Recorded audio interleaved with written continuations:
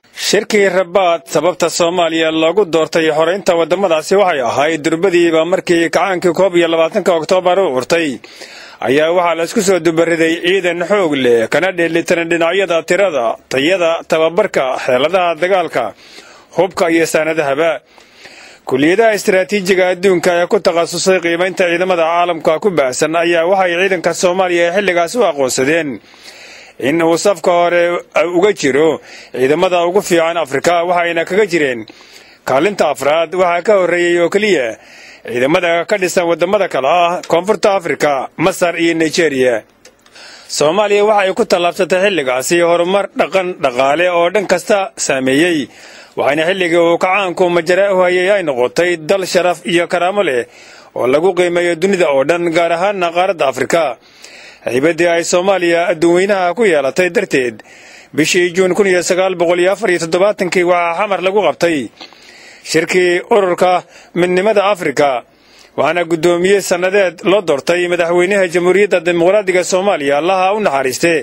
madaxweynihii golaha sare ee kacaanka Maxamed Siyaad Barre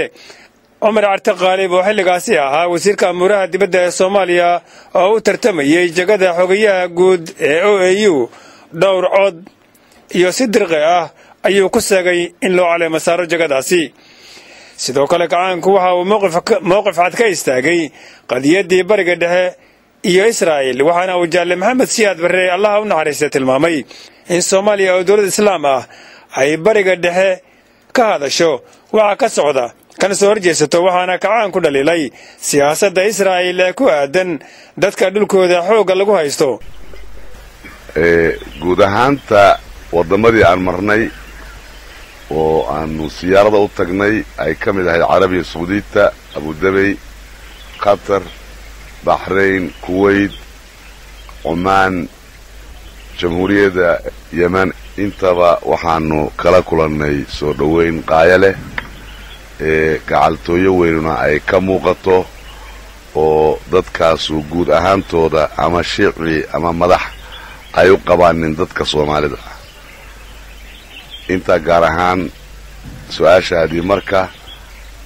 waxaa jiray inaanu wax badan oo ka hadalay nimanka iyaga madaxda ahaa dhammaantoodna aan la kulannay danta wadamadooda iyo taanadaba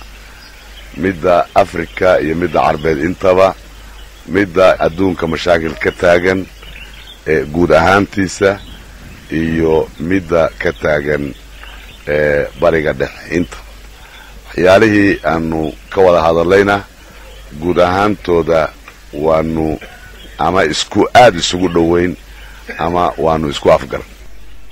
waa tii la bilaabay waanwaantii lagu raadinayay nabadda bariga dhexe muddo dhaweyto haddana la kala seexday heshiiskii lagu kala saarayay ciidamada Masar iyo Yuhuudda haddii madax badan oo Caraba ay soo aragteen aara badanna ay isdhaafsateen siday madaxweyne kuula toosan tahay sida kaliya ama yididilada laga qabo in nabad ka dhacdo bariga dhexe sidaanu hore u tilmaanay nabadda bariga dhexe waxay ku xiran tahay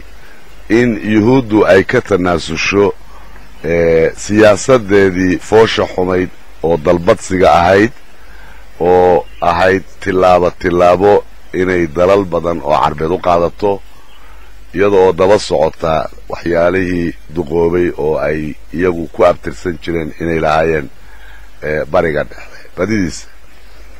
waxa ay ku dhalan kartaa waxa weeye beentaas inay ay isfareen ka tanaasulaan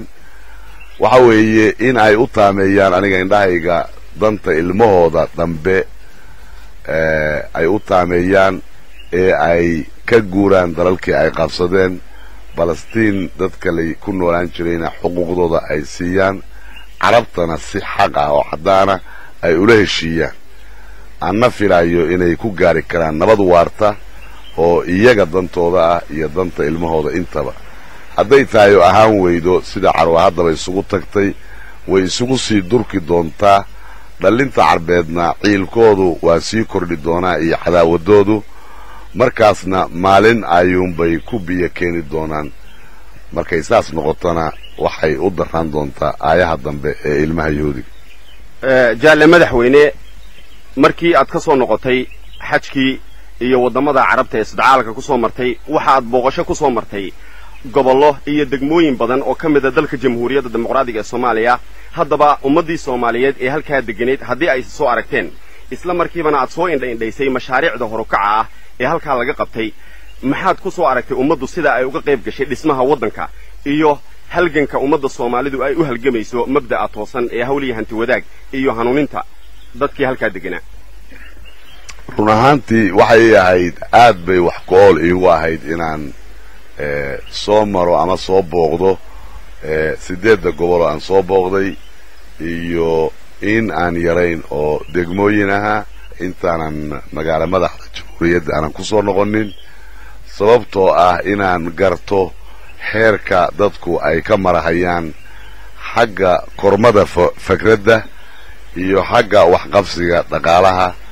iyo tacaliinta iyo halgankii dheeraa oo aynu ku jirnay iyo sida ay u kaseen mabda'an hawliga hanti wadaaga ee cilmiga ku dhisan oo aan ku dhaqmayno waxaanan isleeyahay dadka bannaanka jira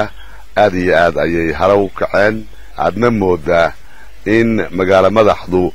ay hor taagan tahay haddii runta loo dhaco meesha ay marahayaan walow aynaan oran karaynin sidii ama habkii run ahaan cilmiga ku dhisnaa ayay wada gaareen aynaan oran karaynin taana ayaan sababta lahayn dadka degmooyinka jooga ama ku noolu ee ay sababta leeyihiin innaga ciidankeenna aqoonta dheer u leh cilmiga oo aan saa u badnayn meel kastana sidaynu u rabnay aan u gaarin aad baynu u fiican yihiin baan leh